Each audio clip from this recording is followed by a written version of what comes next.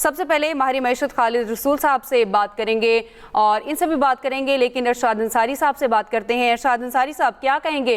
इक्तिसादी सर्वे कल पेश किया गया, आज बजट पेश किया जाना है, इस बजट में क्या कुछ है? और ये भी बताइएगा, आम आदमी के लिए इसमें कोई रिलीफ है या फिर बस रिलीफ की तवक्को ही की जा सकती है? जो आपने दूसरी बात की, यही है कि आम आदमी के लिए रिलीफ की तवक्को की जा सकती है, क्योंकि हुकूमत इस वक्त इस फेज़ में है कि अगर तो वो पॉलिटिकल नैरेटिव बिल्ड करने के लिए आर्टिफिशियल ग्रोथ करती है और ऐसे इकदाम करती है कि जिससे जीडीपी का जो है शरह वो भी ऊपर चली जाए और आम आवाम के लिए जो है वो नारे बनाने के लिए कोई ऐसे इकदाम कर दे तो उससे इकॉनमी हीट अप हो जाएगी।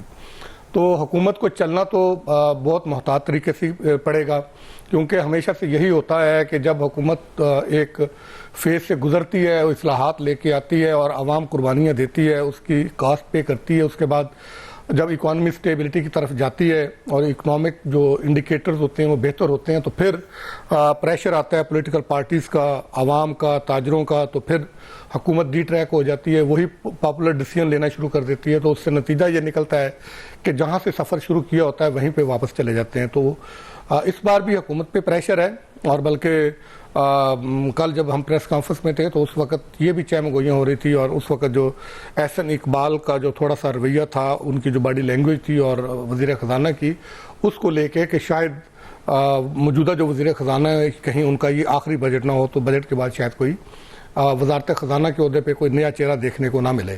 तो कहने का मकसद ये है कि बड़ा मोहतात होकर चलना होता है कि अब अगर दबाव में आके पॉलिटिकल डिसीजन ले लिए जाएं तो उससे जहां आईएमएफ का प्रोग्राम डी ट्रैक होगा तो वहीं पे बाकी मामलात और बाकी इशारे भी ख़राब होना शुरू हो जाएंगे। तो कोशिश करेगी हुकूमत कि इस फ्रेम वर्क में रहते हुए फिस्कल स्पेस को जितना यूटिलाइज कर सकती है वो करके रिलीफ दे सके, लेकिन लगता नहीं है कि रिलीफ दे सकेगी। जैसा कि आपने इकोनॉमिक सर्वे आया उसमें आपने देख लिया कि काफ़ी टारगेट आपके मिस हुए हैं। डेट सर्विसिंग अगले साल भी जो है वो 7,000 कोई अरब रुपए से ज़्यादा की डेट सर्विसिंग है, तो एक तो ये हमें मार दे रही है। और जो रेवेन्यू का फिगर है वो 15,700 अरब रुपए के करीब, 15,324 अरब रुपए का रेवेन्यू का टारगेट रखा जा रहा है। डिफेंस के लिए 3,000 अरब रुपए के करीब रखना है। फिर सरकारी मुलाजमिन की तनख्वाहों का प्रेशर है।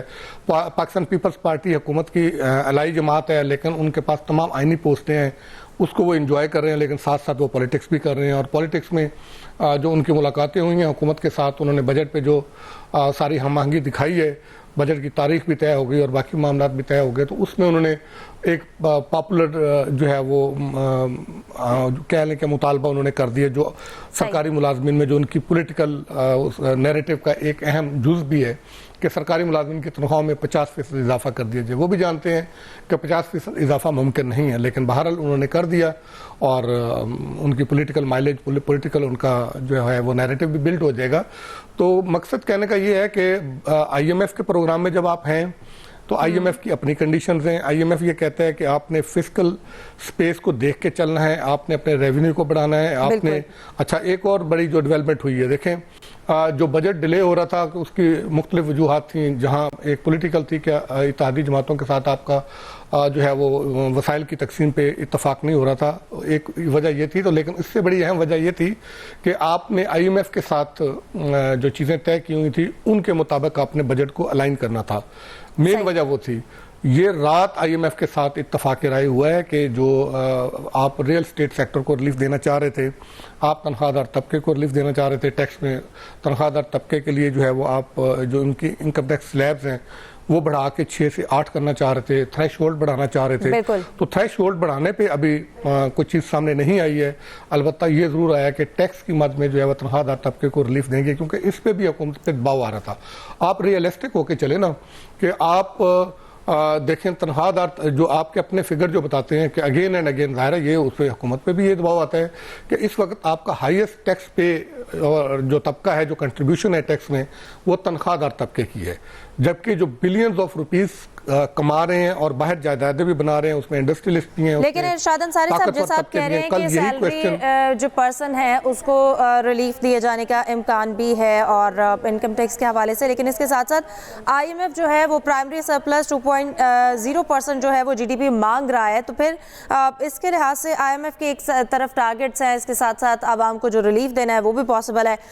खालिद रसूल साहब, आपकी जानिब आना चाहती हूँ, कहिएगा, जैसा कि GDP ग्रोथ 3.7% हमारा टारगेट जो रही है, लेकिन टारगेट जो था वो 4% से ज़ायद था।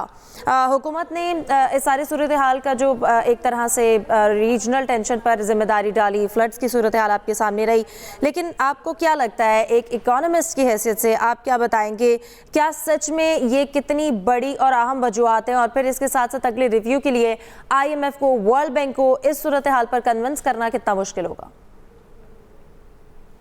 देखिए, पहली बात तो ये है कि ये दोनों चीजें फैक्ट हैं, जो रीजनल टेंशन्स हैं उनका भी इम्पैक्ट है, लेकिन रीजनल टेंशन्स का इम्पैक्ट जो है ना वो मार्च ऑनवर्ड हुआ।